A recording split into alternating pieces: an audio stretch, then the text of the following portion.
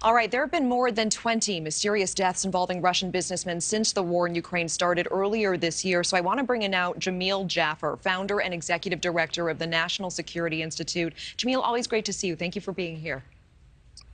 Thanks for having me, Natasha. Jamil, I'm hoping we can just level here for a moment. Is there anyone who actually believes these people are falling out of windows?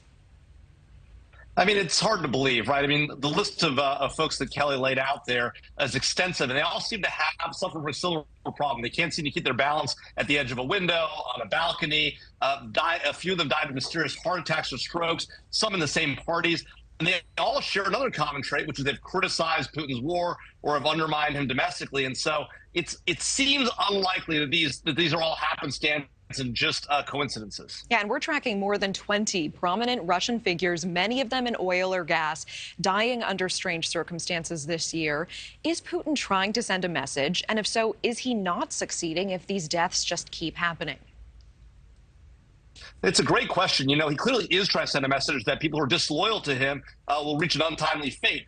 But the fact of the matter is that the situation in Ukraine is going so poorly that many Russians are starting to now get a sense of what's happening. And even the leadership in Russia, the oligarchs, some of whom Putin made, are now criticizing him openly. And so they are suffering the penalty. But eventually this is going to catch up with him. He clearly is starting to get desperate and worried for his own position, which is why he's out there fanning out and trying to push these people down and put them away as quickly as possible. And Putin recently said that Russia is ready to negotiate. Ukraine's foreign minister said that his country wants a UN-backed peace summit as soon as February. Is peace, or at least a ceasefire, within reach?